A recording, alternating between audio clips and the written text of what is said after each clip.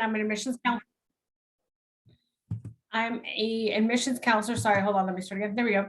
I'm an admissions counselor at University of Oregon. I'm actually what's called a regional rep. So I live here in Northern California, and I work with students who are interested in UO and primarily students in the Bay Area. This presentation is going to go over some general information about UO, highlight student life, the application process, financial aid, and scholarships.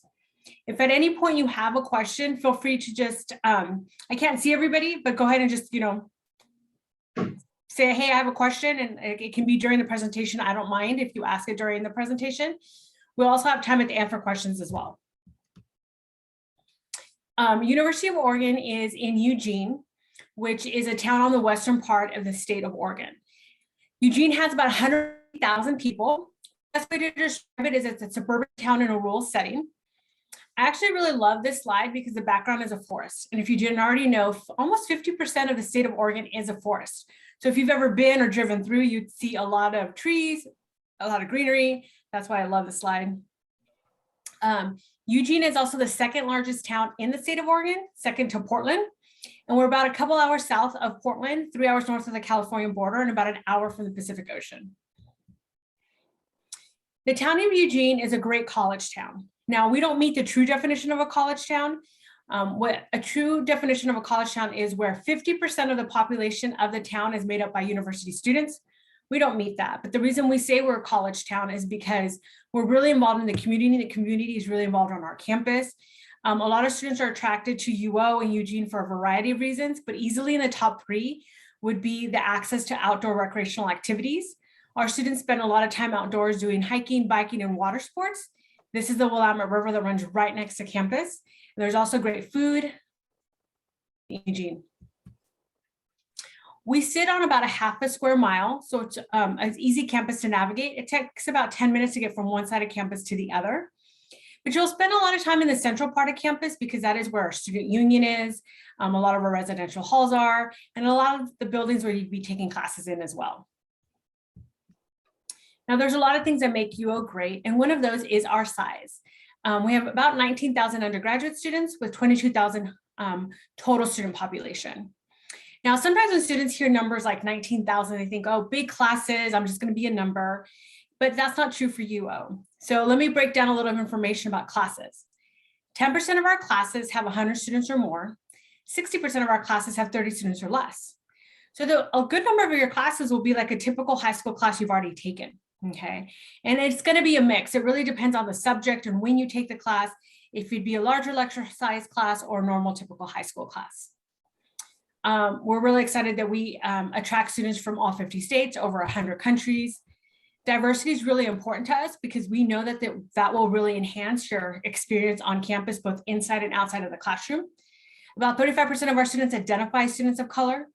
We're really proud to say that we are one of the top 25 universities in the country providing a friendly and welcoming community for LGBTQ students. We are a research university, and we have been recognized for this by the Association of American Universities, the AAU. The AAU is an organization that evaluates research opportunities at universities around the world.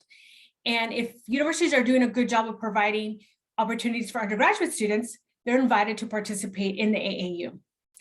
We're one of 2 universities in the Pacific Northwest that participate. Other universities that you might be familiar with that are part of it are Stanford, Yale, Harvard, and the majority of the UCs. So it's not surprising to learn that about 75% of our students do some form of research while they're at UO. And it doesn't matter the major. We have over 70 majors for students to choose from. Now, the reason that this says 168 academic programs is because within majors, there are concentrations, and then we also have minors that all add up to 168. But let me elaborate a little bit about concentrations. So let's say you already know you have certain academic interests or you have certain career goals. Concentrations can help you with that. So let me explain. So let's say you're looking at business administration. That would be your degree, but you could have a focus or a concentration in finance, marketing, entrepreneurship. If you're looking at journalism, your concentration could be media studies, public relations, advertising, journalism itself. So again, it helps you kind of hone in on a specific area that either interests you or is going to help you get to your career goals. You can easily apply undeclared as well. It will not impact your application at all.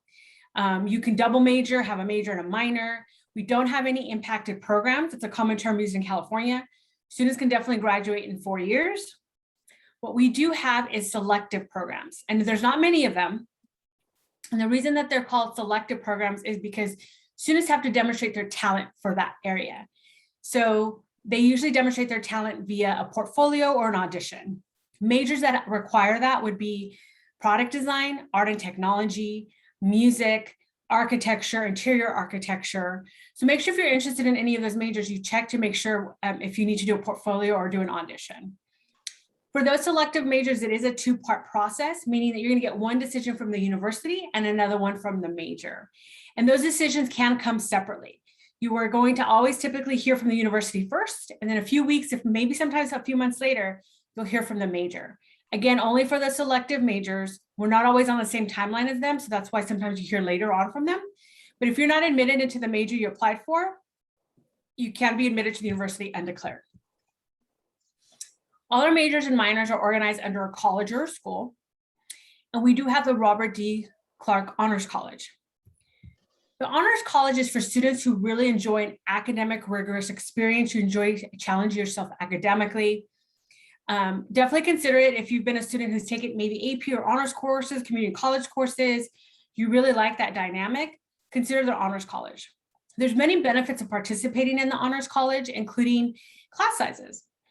So this is the way it works. If you participate in the Honors College, a third of the classes that you will take at UO will be honors courses. Honors courses max out at 19 students, but on average, there's only about 15 students per class. So this picture is a true reflection of what type of class you would be in if you're part of the Honors College.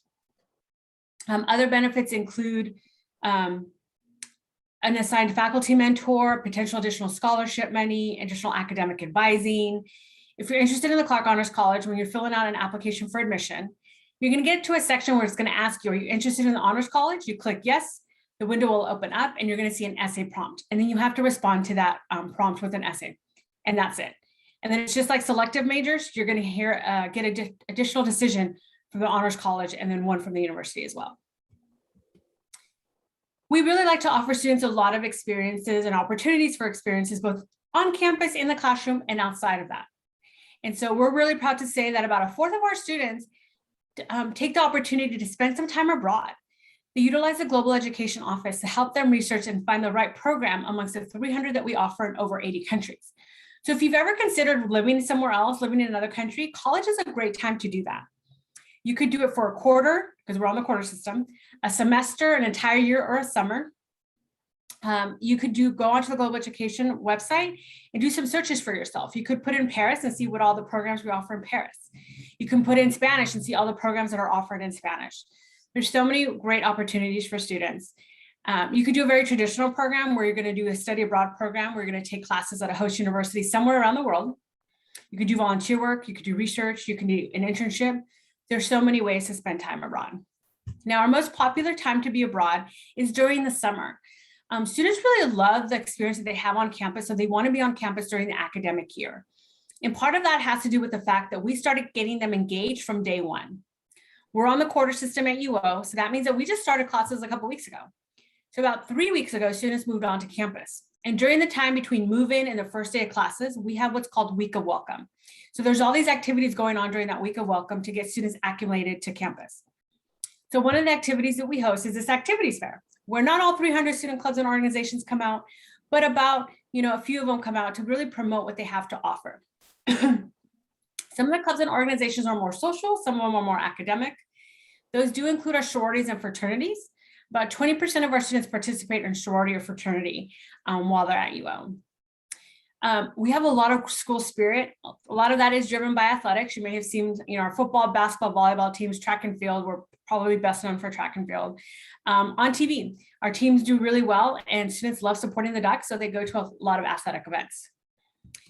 If we have students maybe not going to compete at the Division I level, but want to continue playing a sport, they can utilize the Student Recreation Center because they organize our clubs and intramural sports. Club sports is a travel team. They compete against Division II and III schools. Intramural sports is competitive sports among students at UO. The rec center is also a great place to stay healthy, take exercise classes, do rock climbing. There's a pool. So many great ways to get your exercise in on a daily basis. We've actually been under a lot of construction these last couple of years, and we will continue to be under construction because we have a lot of projects going on. But in this picture, you see Hayward Field. We're one of the few universities in the country that have a track and field stadium, because if you look in the center, that's not a football field or a baseball field. Those are field events for track and field. So Hayward Field has been around a long time, but 2 years ago, we completely tore it down to rebuild this beautiful venue. As I mentioned earlier, I'm a regional rep, but I was on campus twice this last month, and I just loved walking by Hayward Field. It's just such a beautiful space, so we're really excited about it. We completed it in the spring, so we were able to host the Olympic trials in track and field. Another recent project that was completed was the Phil and Penny Knight campus. Phil Knight is an alum to UO, and he's the co-founder of Nike, and he gave us $500 million for Knight campus. Knight campus is going to focus on STEM research, and it's providing state-of-the-art research facilities for both faculty and students. They've already had Knight scholars who are undergraduate students doing research in this new space. We're also really excited because it's bringing bioengineering to campus. Before this year, we've never had engineering majors.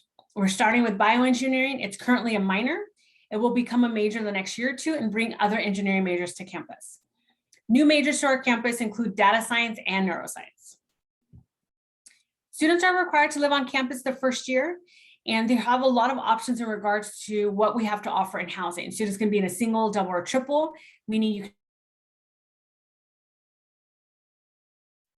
can roommates, where there's a bathroom down the hall.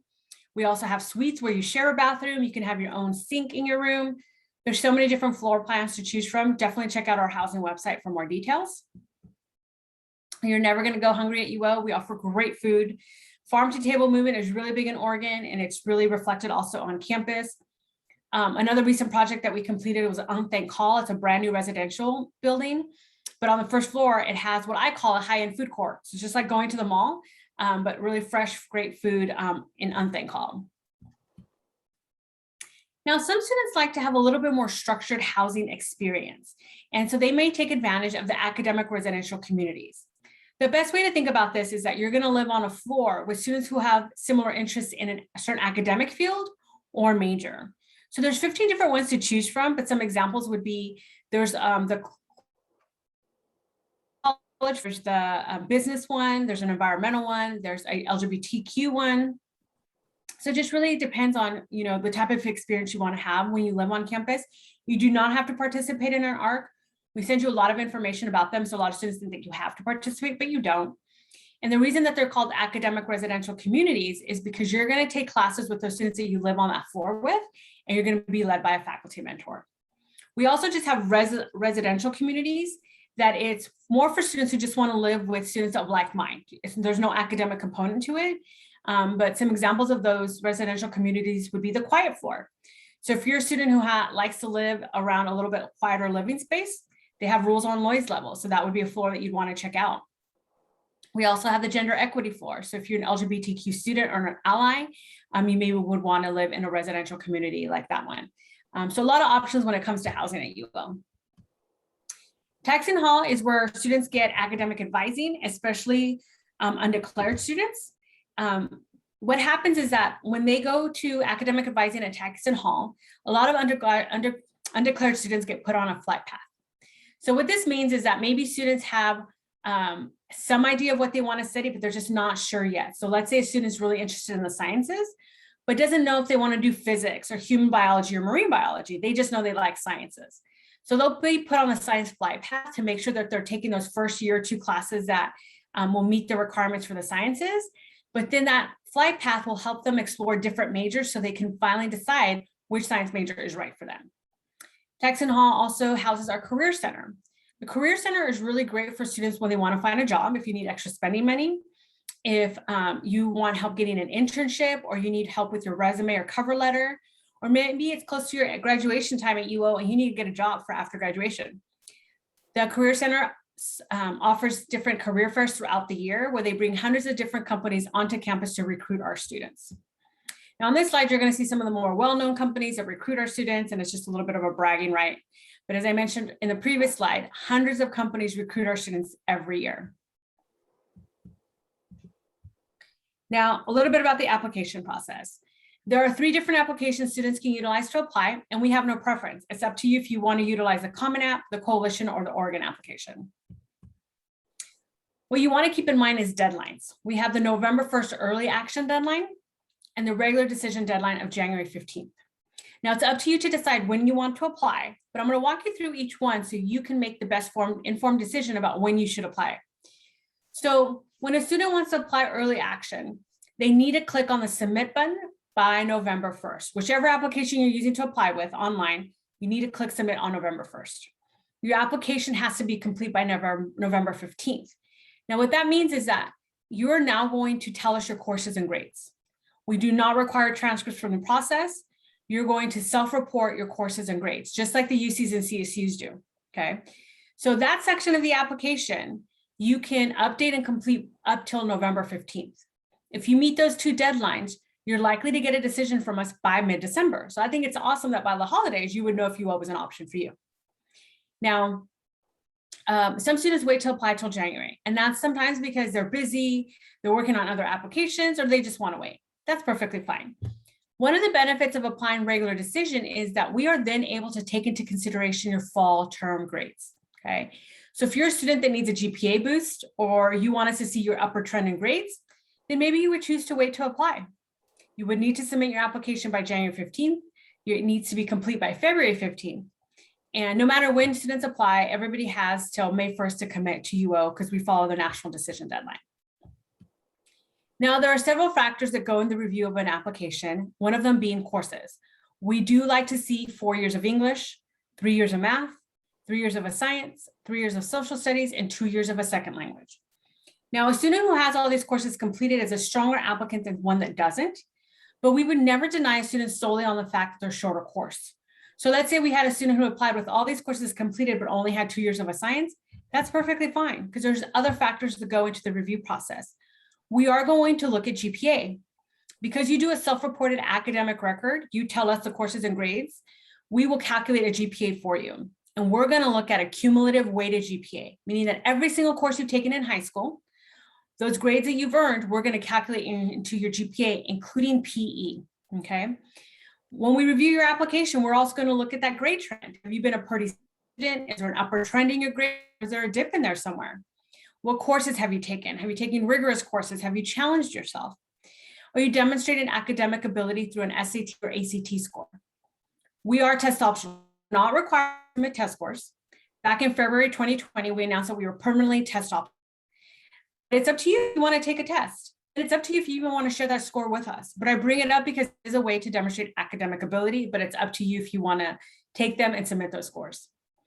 We also want to get to know you outside of your academic performance. So activities you've been involved in are really important. So make sure you include on your application if you've participated in sports, clubs, community service, volunteer work, you've had a job, responsibilities at home.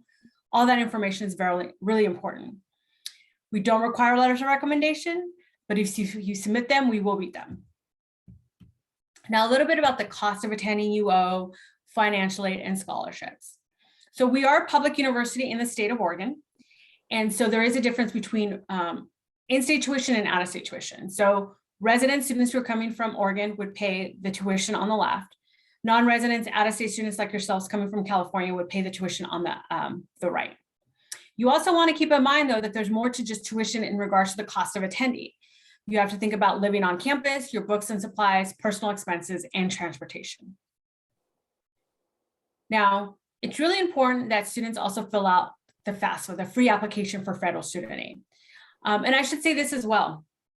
If you haven't already started talking to your families about cost of attending college, financial fit, you really need to start having those conversations. I know a lot of students wait till the spring and they wait to see where they've been admitted and they get financial aid packages. But it can be a little bit of a disappointing conversation to have so late in your senior year, especially for those of you who are seniors.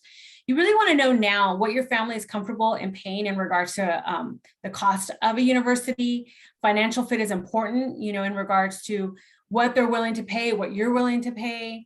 And so in that process, though, there are steps that you can take in regards to getting some funding. So submitting the FAFSA would be one of them, the free application for federal student aid.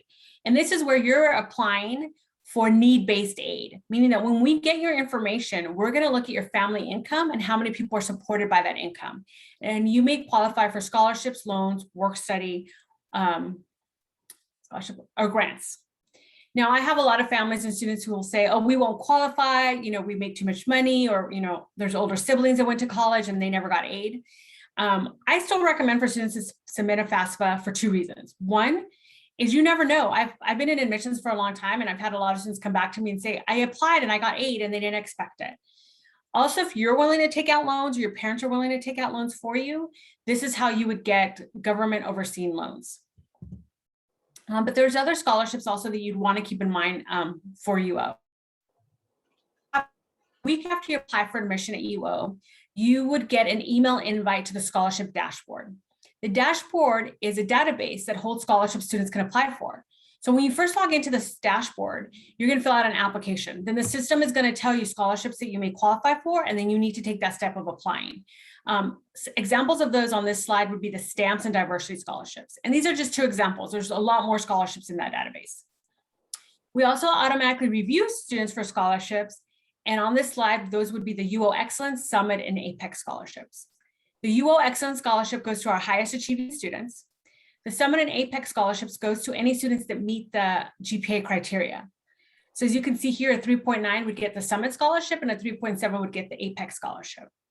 And again, we calculate your GPA, and we're going to look at your cumulative weighted GPA for these scholarships.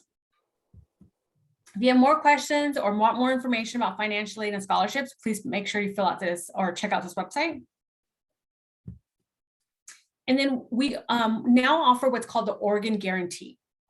Again, we're a public university in the state of Oregon. And so every year we have to get funding from the state. And previously, sometimes depending on the funding, we had to raise tuition. We no longer have to worry about that. When students start their first year, we're going to fix their tuition rate, and it'll be the same tuition they pay up to 5 years. Now, students can definitely graduate in 4, but we're giving students that flexibility in case they need that 5th year. This means that they would pay the exact same tuition. So this is great because then now families and students can plan on what it would take financially to commit to UO and not worry about tuition having to go up. Again, my name is Ruth Rodriguez. I am your admissions counselor. If you have any questions after today, please feel free to reach out to me. You can call me, email me. I'm also able to set up individual Zoom appointments. On this slide, you see a QR code. If you want a brochure mailed to you after today's visit, please utilize that QR code. You would fill out the form and be put on our mailing list. We also email you and mail you more information after today and invite you to events we host locally in the Bay Area. But want to go ahead and open it up to questions. Does anybody have any questions?